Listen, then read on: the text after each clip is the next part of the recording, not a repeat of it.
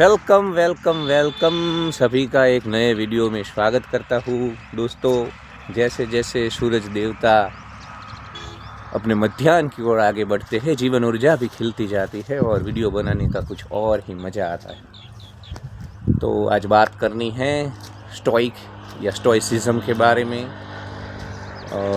भारत के जो चिंगुर मरकट कीड़े मकोड़े हैं ना दोस्तों, उनको जब पाश्चात्य जगत से, वेस्टर्न वर्ल्ड से कोई चीज़ आती है, जब गोरे किसी चीज़ को स्वीकार करते हैं, उसके बाद भारत में उसकी ज़्यादा चर्चा होने लगती है। तो आजकल भारत में स्टोइक या स्टोइसिज्म की ज़्यादा चर्चा हो रही है। मतलब स्टोइक इंसान ऐसा होता है कि जिसको आप विचलित नहीं कर पाते हो। उसका जो मन है, उसके मन की जो स्थिति है, वो एकदम स्थिर और शांत रहती है। ज़िंदगी में कितना भी दुख और तनाव आ जाए, कितनी भी बड़ी घटनाएं हो जाए, जो स्टोइक होता है वो हिलता नहीं है, शांत चित्त रहता है। उसमें स्वीकार की भावना बड़ी तीव्र होती है। और मुझे लगता है कि भारत में जिस प्रकार की सड़ी हुई सामाजिक व्यवस्थाएं हैं, भारत में जिस प्रकार तुम्हारे व्यक्ति स्वातंत्र्य के ऊपर हमला होता है, भारत में जैसे तुम्हें स्वतंत्र जीवन जीने का कोई अवसर नहीं दिया जाता है, स्टोइक या स्टोइसिज्म जो फिलॉसफी है, जो तत्वज्ञान है, वो तुम्हारे लिए अक्षर इलाज बन सकता है।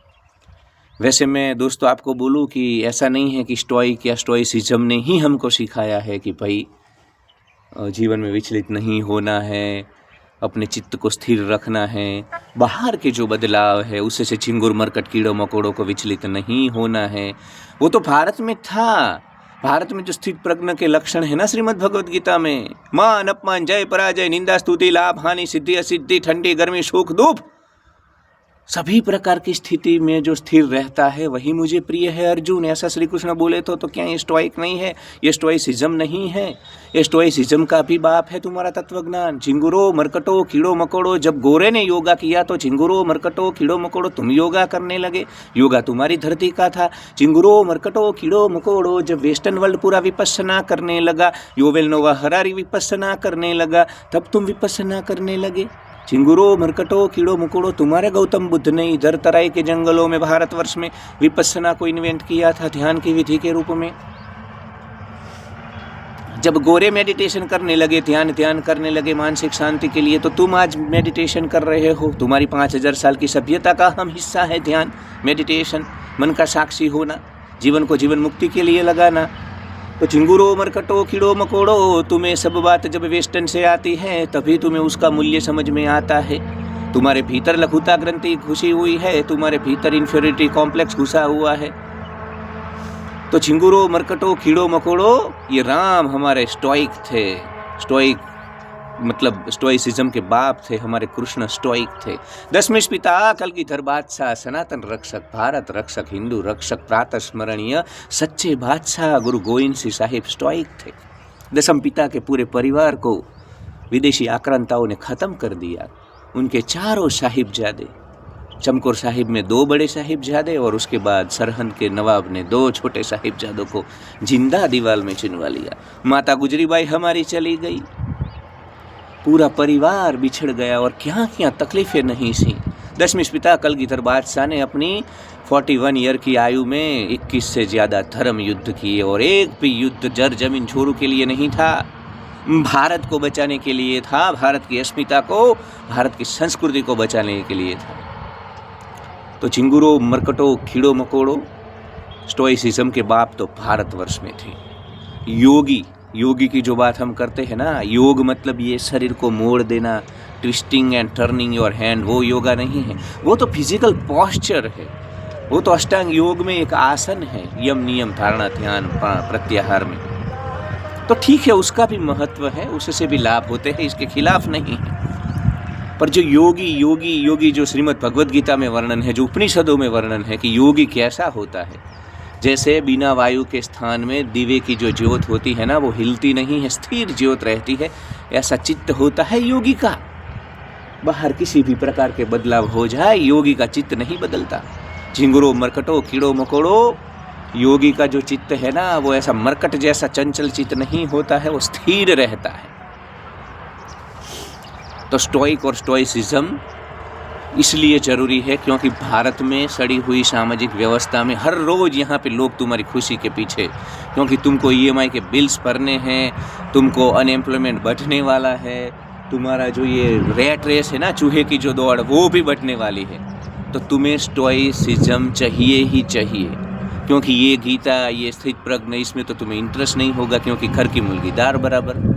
तो भाई जहाँ तुम्हें आकर्षण है, जिस चीज़ों को तुम मूल्य देते हो, महत्व देते हो, उसी स्टोइसिज्म की बात करता हूँ मैं। पूरी दुनिया में जितने भी फिलोसॉफी है ना, तत्वज्ञान है ना, वो झूठी है। झूठी मतलब ऐसी झूठी मतलब फाल्स नहीं बोल रहा हूँ। किसी का खाना कोई खा करके तुम्हें देता है तो हम बोलते हैं ना ये झूठा खाना है, उसके मुंह में गया है। उसी प्रकार जितने भी फिलोसॉफी है ना, वो सब भारत के दर्शन के झूठे तत्वज्ञान है, फिलोसॉफी है।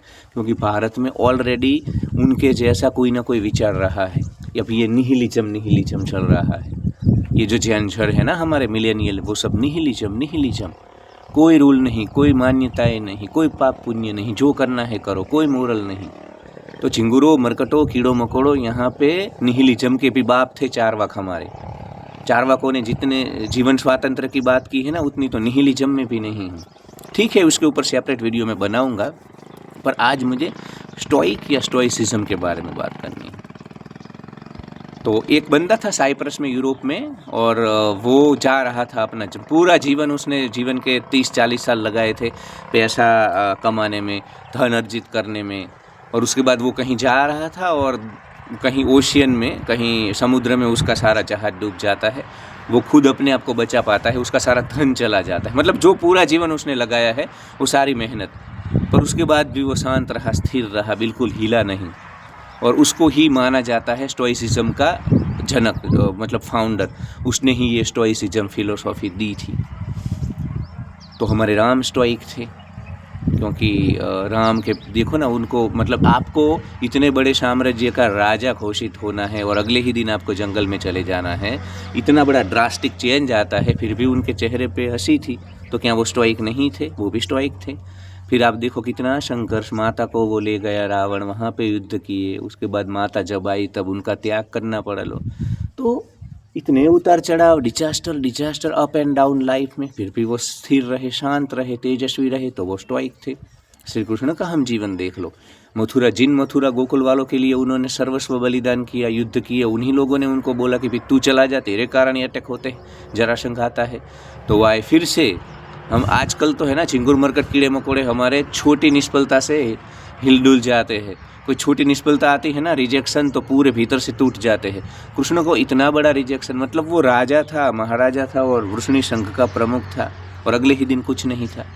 फिर से द्वारका आके बनाई, फिर माता रुक्ष्मणी ने प्रेम पत्र लिखा तो वहाँ जा कर के आए।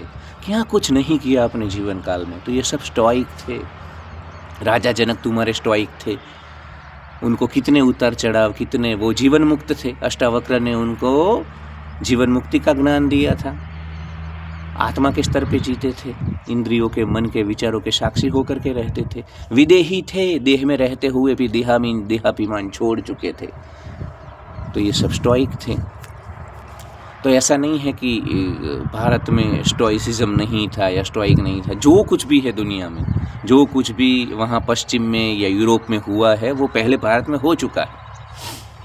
अब बात करता हूँ क्यों भारत में स्टोइसिज्म की या स्टोइक होने की ज़रूरत है। क्योंकि इधर बहुत सारे ऐसे चिंगुर मरकट कीड़े मकोड़े हैं, बहुत ही संकुचित किस्म के लोग हैं भारत में। 2025 में भी बहुत ही, मतलब कुएं के जो मेंढक होते हैं ना, इतने संकुचित हैं। ये तुम्हें बार बार जज करेंगे, ये तुम्हें तुम्हारी हैसियत देख करके तुमसे संबंध रखेंगे। बहुत तनाव है इधर। मैं तुमको बोल दूँ, भारत का जो ये सड़ी हुई सामाजिक व्यवस्थाएं है ना, वहाँ पे पैसों से व्यक्ति का मूल्य होता है। तुम्हारे इंटेलेक्चुअल कोशंट की, तुम्हारे ज्ञान की कोई कीमत नहीं है यहाँ पे। जिसका जितना वॉलेट भरा हुआ होता है उतनी इज्जत मिलती है।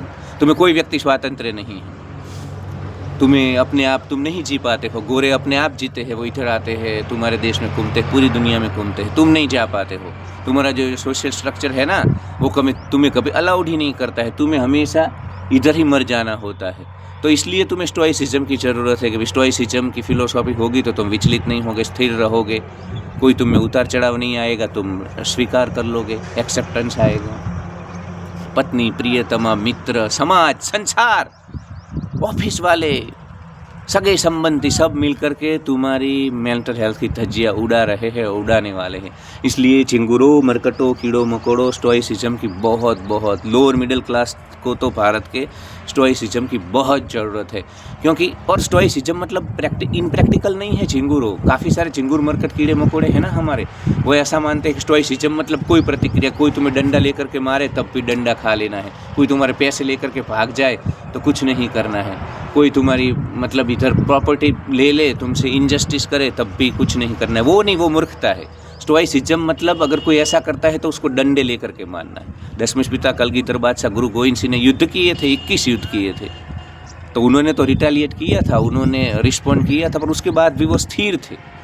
मतलब युद्ध करके भी स्थिर रहना स्टोइसिज्म होता है। स्टोइसिज्म मतलब ऐसा नहीं है कि तुम्हें प्रतिक्रिया ही नहीं करनी है, वो तो मूर्खता है। तो कोई तुम्हें किल करके चला जाएगा। तो समझो चिंगुरों, मरकटों, कीड़ों मकोड़ों, समझो पहले तत्वज्ञान को तुम।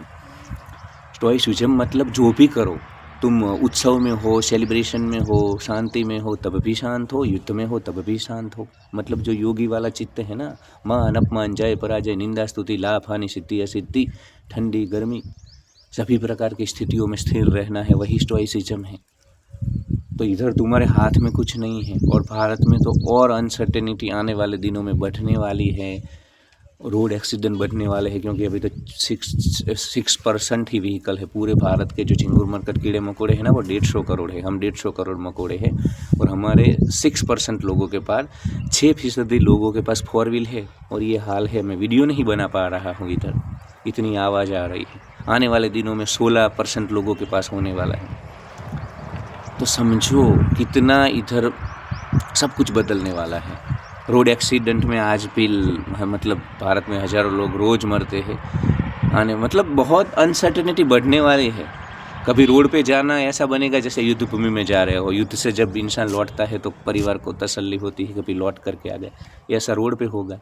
इतने व्हीकल, इतना नॉइस, इतनी भगदड़, अनएम्प्लॉयमेंट बढ़ने वाला है, रिसोर्सेज तुम्हारे कम होने वाले हैं, क्योंकि अब ये देश, ये ज़मीन, ये धरती, ये रिसोर्सेस इससे ज़्यादा लोगों का भरण पोषण नहीं कर पाएंगे, अच्छे से नहीं कर पाएंगे। तो ये सब जो सिचुएशन मैं देख रहा हूँ, सोशल मीडिया तुमको भोग सिखा रहा है, ये पूंजीवादी व्यवस्थाएं मार्केट सजा करके बैठी है। ये सब चाहते हैं कि तुम पूरा दिन भागते रहो, इनके तंत्रे चले, इनकी सिस्टम चले, इनकी व्यवस्थाएं चले, इसलिए ये लोगों ने तुमको भगा दिया है। एसी आ गया, कार आ गई, मकान आ गया लोन पे, प्राइवेट स्कूल में जो मुफ्त था, मैं 2000 रुपये में मतलब मैक्सिमम जो फ़ी मैंने ईयरली पे की है वो 2000 रुपये थी, वो आज 50,000 है, 80,000 है। तो चारों ओर जो एनवायरनमेंट है वो बड़ा ही चैलेंजिंग होने वाला है। ग्लोबल लेवल पे भी होने वाला है, नेशनल लेवल पे भी होने वाला है, स्टेट लेवल पे भी होने वाला है, टाउन लेवल में भी होने वाला है, विलेज लेवल पे भी होने वाला है। संबंधों में भी बहुत उतार चढ़ाव हमको देखने को मिलते हैं। पहले जिस प्रकार के स्थिर संबंध थे उस प्रकार के संबंध आज नहीं है, सब कुछ मनी माइंडेड हो चुका है। तो मजामा, तो कुल मिला करके जो बदलाव भारतवर्ष में है, भारत की जो व्यवस्थाएं है, उसमें मेंटल हेल्थ, हैप्पीनेस इंडेक्स, ये सब डाउन होने वाला है, और ये सत्य का स्वीकार हमको करना होगा। तो भारत को स्टोइक या स्टोइसिज्म, इन भारत के जो हमारे चिंगुर मरकट कीड़े मकोड़े हैं उनको स्टोइसिज्म को फॉलो करना ही होगा, तब वो शांत रह पाएंगे। तो इसलिए मुझे ज़रूरी लगा कि भाई मैं स्टोइसिज्म के, और दूसरा मुझे इसलिए भी क्योंकि मैं अगर गीता की बात करता तो तुम नहीं देखते, तुम उसको तवज्जो नहीं देते, महत्व नहीं देते, इसलिए मैंने फिर स्टोइक या स्टोइसिज्म के ऊपर बात करना आज महफूज समझा कि भाई ये फिलोसॉफी अच्छी है, इसमें तुम मगज को, ठीक है कोई बड़ी बात होती है तो तुम्हें रिस्पॉन्ड करना है, रिटेलिएट करना है, उसमें तो करना होगा, जैसे इजराइल ने किया हमास के ऊपर। पर छोटी छोटी चीज़ों में जो यहाँ पे हमारी सड़ी हुई सामाजिक व्यवस्थाएं है या संकुचित माइंडसेट जो हमारा है, उसके कारण जो दुख तुम्हें आ रहे हैं ऑफिस में, घर में, यहाँ संसार में, समाज में, सराउंडिंग में, उससे कम से कम तुम बच जाओगे। क्योंकि स्टोइसिज्म को तुम फॉलो करेगे तो तुम प्रतिक्रिया नहीं दोगे, तुम स्थिर रहोगे, तुम मतलब छोटी छोटी चीज़ों में नहीं दोगे, और अगर दोगे तब भी तुम स्थिर रहोगे। क्योंकि स्टोइसिज्म मतलब प्रतिक्रिया देने के बाद भी स्थिर रहना। ऐसा नहीं कि किसी के ऊपर तुमने रिटेलिएट कर दिया उसके बाद तुम पूरे भीतर से जो भी हो उसका एक्सट्रीम लेवल का स्वीकार, परिस्थितियों का आत्यंतिक स्वीकार, मतलब स्टोइसिज्म। तो ठीक है, आज के लिए इतना ही। कभी इसके ऊपर भी पार्ट 2 पार्ट 3 बनाएंगे, निहिलिज्म पे भी वीडियो बनाएंगे। फिर से बोलता हूँ कि भारत की जो व्यवस्थाएं है, आने वाले दिनों में जो व्यवस्थाएं होने वाली है, इसके लिए स्टोइसिज्म जरूरी है। क्योंकि अगर तुम फ्लक्चुएट होते रहोगे, हिलते रहोगे, बात बात पे तुम रिस्पॉन्ड करने जाओगे और रिस्पॉन्ड करने के बाद भी तुम हिलने वाले हो, डुलने वाले हो, तो तुम यहाँ पे खुशी से कभी नहीं जी पाओगे। क्योंकि ये माहौल ऐसा है ना, ये कीड़ों मकोड़ों वाला जो माहौल है ना, वो कभी आनंद और खुशी शांति है ही नहीं इसमें सिर्फ जीवन बोझ बना करके रख दिया है इन लोगों ने, परंपराओं के नाम पे और दंभ पाखंड के नाम पे। तो इसलिए स्टोइसिज्म जरूरी है। Thank you so much for watching. Like, share and subscribe.